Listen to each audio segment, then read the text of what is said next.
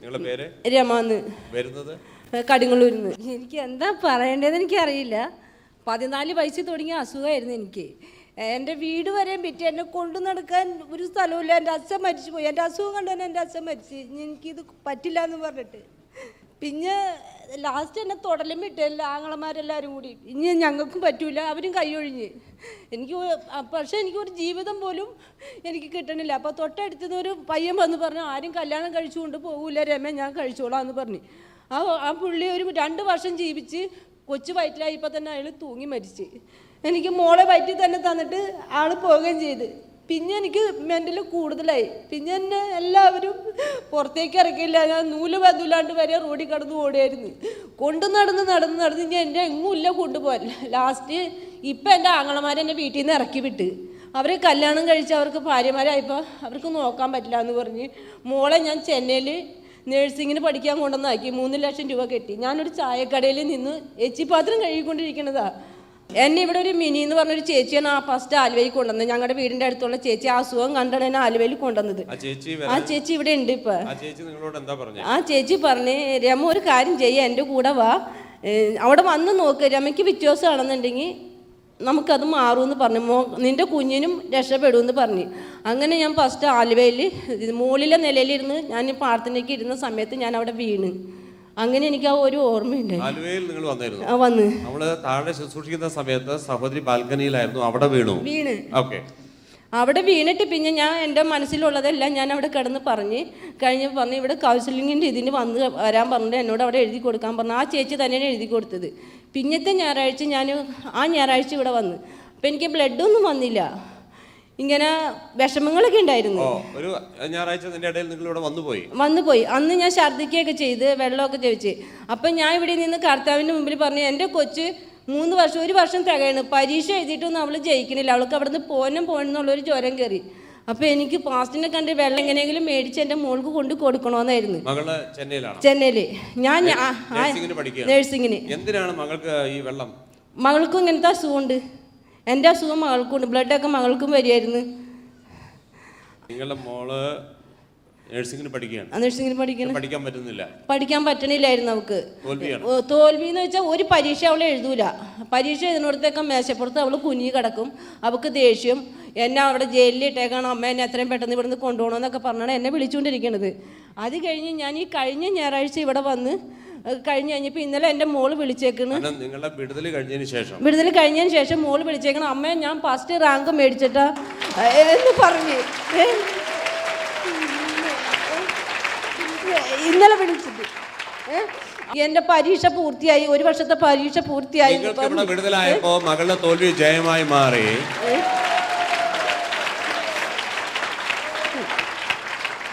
ഇവിടെ വിടുതൽ നടന്നപ്പോൾ ചെന്നൈയിൽ വിടുതൽ നടന്നു.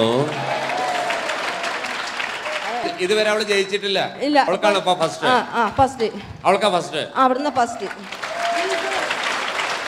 ഈ വെള്ളം നിങ്ങള് ചെന്നൈക്ക് കൊണ്ടുപോയി. ഞാൻ വെള്ളം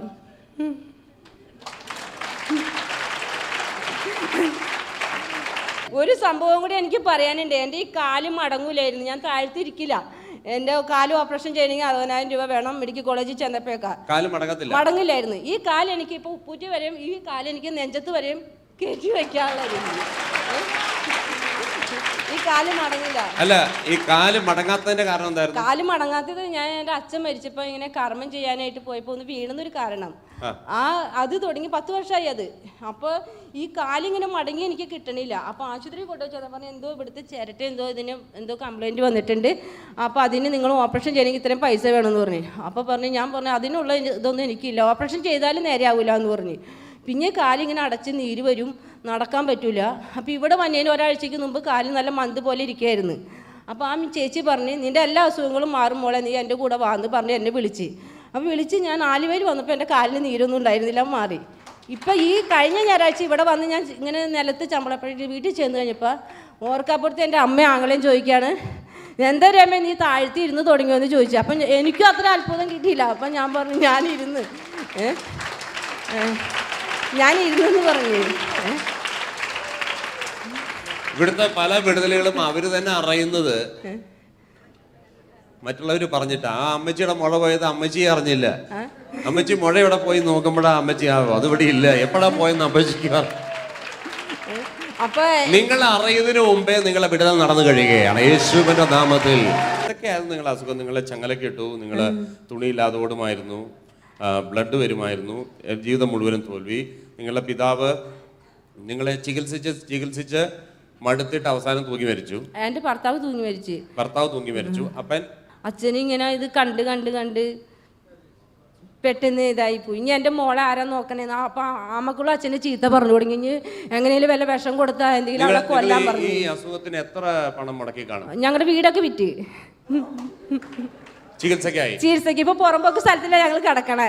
ഈ ട്രീറ്റ്മെന്റിന് വേണ്ടി സ്വന്തം കിടപ്പാടം വിറ്റിട്ട് ചികിത്സിച്ചു. അപ്പോ പിതാവ് ഞാൻ പോയാൽ ആരാണെന്നുള്ള ആദി കൊണ്ട് പിതാവ് മരിച്ചു. കല്യാണം കഴിച്ചതിന് ശേഷം ഭർത്താവ് തൂങ്ങി മരിച്ചു. ഇപ്പം അവർ ചിരിക്കുന്നു. ദുഃഖം മാത്രമേ അവരുടെ ജീവിതത്തിൽ ഉണ്ടായിട്ടുള്ളൂ സമ്പാദ്യമായിട്ട്. എത്ര വർഷം? 14 വയസ്സിൽ തുടങ്ങിയ അസുഖം. അപ്പം എനിക്ക് 46 വയസ്സായി. 46ാമത്തെ വയസ്സിലാണ് ഞാനിവിടെ വന്നത്. കഴിഞ്ഞ ആഴ്ച എൻ്റെ പിറന്നാളായിരുന്നു. അപ്പൊ പുതിയൊരു വർഷം വിടുതലുമായിട്ടാണ് കയറുന്നത്. ഓക്കെ, അപ്പോൾ ഇത് എവിടേക്കാണ് നിങ്ങൾ പോയത് ഇതിന്റെ ട്രീറ്റ്മെന്റിന്? ഞങ്ങള് ലാസ്റ്റ് എന്നെ പാലക്കാട് ആശുപത്രിയിലാണ് കൊണ്ടുവന്നിട്ടേന്ന് ഒരു ഓർമ്മയുണ്ട് എനിക്ക്. നിങ്ങൾ ഇങ്ങോട്ട് വരുന്ന സമയത്ത് നിങ്ങളുടെ ഏലസിന് എന്ത് പറ്റി? എന്തിനു കെട്ടിയതാ? അതിങ്ങനെ ഈ അസുഖം വന്നിട്ട് കെട്ടിയതാ. ഒരു മാസം ഒരാഴ്ചയൊക്കെ ഒരു ശാന്തത കിട്ടും.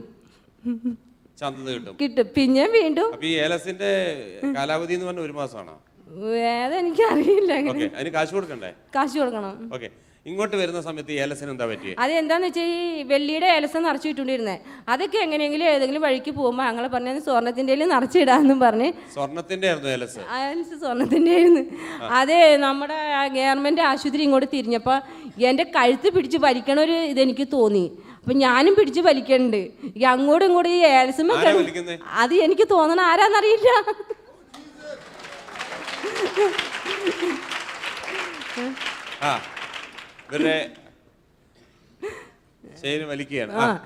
എന്നിട്ട് ഇതെല്ലാം കഴിഞ്ഞ് ഏലസ് തിരുത്തി എന്റെ കയ്യിൽ വന്നില്ല. ഏലസ് ആരോ കൊണ്ടുപോയി. ഇന്ന് വരെ എനിക്ക് കിട്ടിയിട്ടില്ല ഇവിടുന്ന് പോയിട്ട്.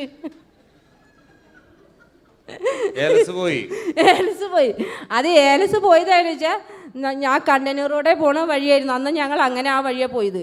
അപ്പോൾ എനിക്ക് വണ്ടിയിൽ ഇരുന്നപ്പോൾ എന്തോ തെറിച്ച് പോണ പോലെ തോന്നി. വീട്ടിൽ ചെന്ന് നോക്കിയപ്പോൾ സാധനം ഇല്ല. എൻ്റെ കയ്യിലുണ്ടായിരുന്നു, പേഴ്സിലുണ്ടായിരുന്നു. പേഴ്സ് മാത്രം വിടുതലായെന്ന് അറിയാന്ന് വെച്ചിട്ടുണ്ടെങ്കിൽ എനിക്ക് ഓരോ മാറ്റങ്ങൾ വന്നു. എൻ്റെ കൊച്ചിൻ്റെ കാര്യത്തിൽ, എൻ്റെ കാര്യത്തിൽ എല്ലാം എനിക്ക് നല്ല മാറ്റങ്ങൾ. നിങ്ങൾക്ക് ഈ ബ്ലീഡിംഗ് അല്ലാതെ, മുഖത്ത് ബ്ലീഡിംഗ് അല്ലാതെ വേറെ എന്തൊക്കെയായിരുന്നു അസ്വസ്ഥത? കാലിൻ്റെ ഇതല്ലാതെ എല്ലാവരോടും എനിക്ക് ദേഷ്യം, കാണുന്നവരോടൊക്കെ ദേഷ്യം. നല്ല ഒരു വർത്താനം ഞാൻ പറയില്ല, അവരെയൊക്കെ ചീത്ത വിളിക്കുള്ളായിരുന്നു. പിന്നെ എന്നോടും അവർക്ക് ഇത് മാറിയതിനു ശേഷം നിങ്ങളുടെ സ്വഭാവം മാറി. ദേഷ്യമില്ല. അങ്ങനെ അറിയുന്നത് മാറിയോ ഇല്ലയോ എന്ന്. എൻ്റെ സങ്കടങ്ങളൊക്കെ മാറി. ഞാൻ ഇപ്പൊ ചിരിക്കാണ്. എന്താന്ന് വെച്ചാൽ ഞാൻ അതിനും വേണ്ടി സങ്കടപ്പെട്ട്. അത് മാറിയെന്ന് വെച്ചാൽ ഞാൻ 10 വർഷം ഞങ്ങൾക്കൊരു പുറമ്പോക്കിലൊരു ചായക്കടയുണ്ട്.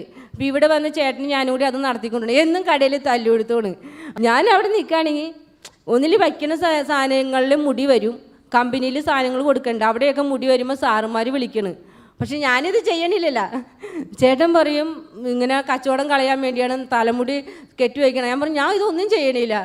അത് കഴിഞ്ഞ് കഴിഞ്ഞപ്പോൾ അവർ ചോദിച്ചു, ഒരു ദിവസം വെറ്റിലടയ്ക്കുകയും ഞങ്ങൾ രാവിലെ കട തുറക്കാൻ ചെന്നപ്പോൾ വെറ്റിലടയ്ക്കുകയും ഒരു മുറുക്കാൻ പൊതി ഇരിക്കണ്. ഞാൻ പറഞ്ഞു ഞാൻ മുറുക്കൂലല്ല, പിന്നെ എന്തിനാ അങ്ങനെ ബീഡി മുറുക്കാതൊക്കെ എനിക്കിങ്ങനെ കൊണ്ടു തരുമായിരുന്നു.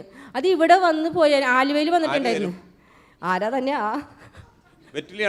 മുറുക്കാനൊക്കെ വരും. വയലിൽ പറഞ്ഞാൽ വിശ്വസിക്കൂലാരും. വയല് വരും, ബ്രാൻഡി കുടിക്കും, കള്ള് കുടിക്കും. അതൊക്കെ എൻ്റെ വയലൊഴിച്ചാലും ഞാൻ കുടിക്കും. അത് എനിക്കറിയില്ല. അപ്പൊ എങ്ങനെ കർത്താവിനെ നിങ്ങൾ അറിഞ്ഞില്ലായിരുന്നെങ്കിൽ എന്തായിരുന്നു സ്ഥിതി? ഞാൻ തൂങ്ങി ഇവിടെ ആലുവയിൽ വന്നതിനും തലേ ദിവസം ഞാൻ തൂങ്ങി ഫാനുമ്പോൾ അങ്ങനെ ഞാൻ തൂങ്ങി കിടന്നു കഴിഞ്ഞപ്പോൾ പറഞ്ഞ് നീ ചത്തോ. എൻ്റെ ആങ്ങളമാർ പറഞ്ഞു നീ ചത്തോ, നിന്നെ നോക്കാൻ ഞങ്ങൾക്ക് പറ്റില്ല, നിൻ്റെ മോള് എവിടെയെങ്കിലും എച്ചിപ്പാത്രം കഴുകി ജീവിച്ചോളൂ, നിൻ്റെ മോളെ ഞങ്ങൾ നോക്കൂല എന്ന് പറഞ്ഞ്. അപ്പോൾ എൻ്റെ അമ്മ നെഞ്ചത്തിട്ട് ഇടിച്ചിട്ട് പറഞ്ഞ് എൻ്റെ കർത്താവ് എൻ്റെ മോളെ ആരെങ്കിലും ഒന്ന് രക്ഷിക്കണമെന്ന് പറഞ്ഞപ്പോൾ എൻ്റെ ആങ്ങളെ എവിടെ നിന്നോ ഇളയ ആങ്ങളെ ഓടി വന്ന് ഫാനുമേന്ന് കണ്ടിച്ച് താഴെ ഇട്ട്. മരിക്കുവാൻ ആൾറെഡി സാരി കെട്ടി, പാനൽ കെട്ടി, ഷാള് കെട്ടി നിങ്ങൾ ഒരുങ്ങിയതാണ്. പക്ഷെ ദൈവം അനുവദിച്ചില്ല. നിങ്ങൾ സൗഖ്യത്തോടെ അവിടെ വന്നിരിക്കുകയാണ്. നിങ്ങൾ മരിക്കത്തില്ല, ജീവനോടെ ഇരിക്കും. എന്തിന്? യഹോവയുടെ വീര്യപ്രവൃത്തികളെ വർണ്ണിക്കുവാൻ. കൈകളടിച്ച് ദൈവത്തെ സ്തുതിച്ചേ.